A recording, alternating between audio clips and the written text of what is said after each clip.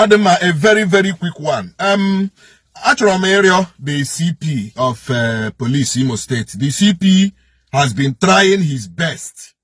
Mana CP amambuonwe. The police commissioner of Imo State aga hebuonwe. But it is very clear that some boys, some of Omongaya, na chena away kwa ya janagari.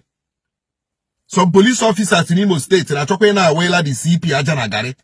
Even when the CP jichaka ya gagari cha na gagari amamna, of course they know that the CP is patrolling the roads in Imo State, so how they behave where, you know. But this extortion is still going on in Imo State. Extortion is still going on in Imo State, and all this complain na gazi to Ihiagwa police station. Ihiagwa police station. Ihe na emumu school. Ihe na emumu futo. Ihe na emumu poli nekede. Ihe na emendi nekede.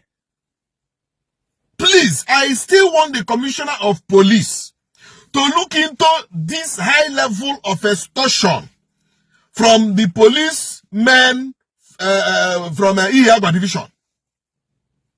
We have tried to even talk to the DPO. The DPO no we baligapa.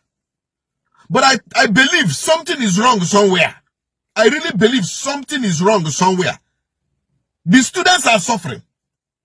The police at Ihiagwa have been suffering the students of Imo Poly Nekede and Futo. Ole humu school merunu nde Ihiagwa police. Ole humu school merunu. This question una sabanya. Ole humu school merunu. Why are you people always bent on extorting humu school? Can you remember from that Ihiagwa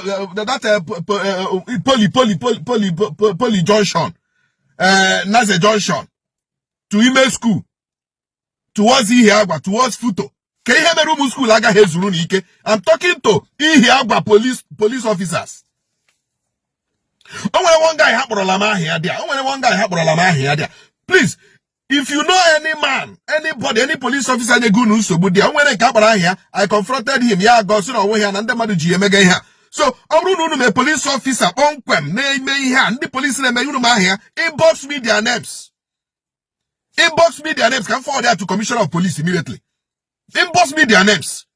Because when they get no ya na everything. Okay, I'm only on a phone. Joy ya go no ya na other officers na ba here. Na ba here. Okay, please.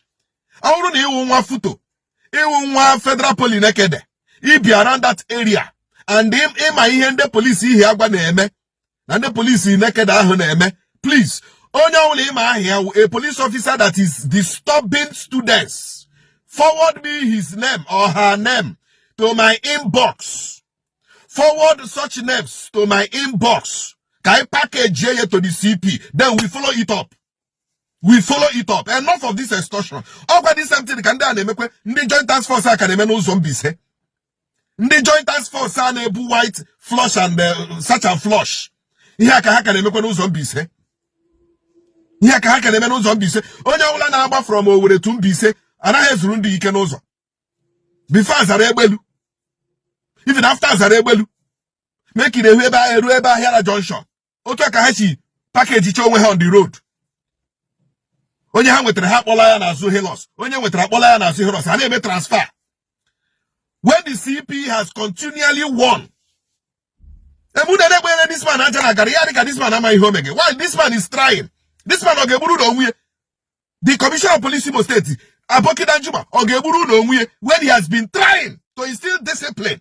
Still, he get to irrespect this man. Now, I want to this state. Huh? You know who a police officer were a good man, a CP were a good man. That is how you people will rubbish him. But all the CP now, somebody did very mean now. But when you a good man, he's a gentleman, he doesn't want trouble. Yet, you people cannot respect him. Please, one school federal police. One school futo. And in the police officer say na na hostel, abaka hostel, arrest. About school, Ghana here, another 50,000, another 100,000. Onye police only here na poli dia. Na futo dia na enyu nusobu. Inbox the name of that police officer to me. Kai package here to the CP. Macho here na oro. Ya go put on so kwa na mado. It's not about just the CP. I got package here to Abuja. Enough of this extortion. Enough of this. School photo now. School poly naked now. Can I make protest against police extortion within this area now? Police are mali welu. Msina can be the protest now. Can Borumu school photo. Borumu school federal police now. Can I make protest along that area now? Police are mali welu. Unaga ha kwanyere onwunugu. I got here me protest oh. I got here me protest oh. Police school here, or else I will call out all the students of federal police and photo and we will protest. And the way you do get stop this rubbish. Focus on your job. If your salary is not enough for you, my friend, resign. If the salary as a police officer is not enough for you, resign. What is your problem? We will protest, oh. We will protest, oh. We will protest, oh. I don't have clear now. Just for we so now. Futa wisha, federal police wisha, and you may protest. We don't know good state. Enough is enough. A word is enough for the wise. Thank you.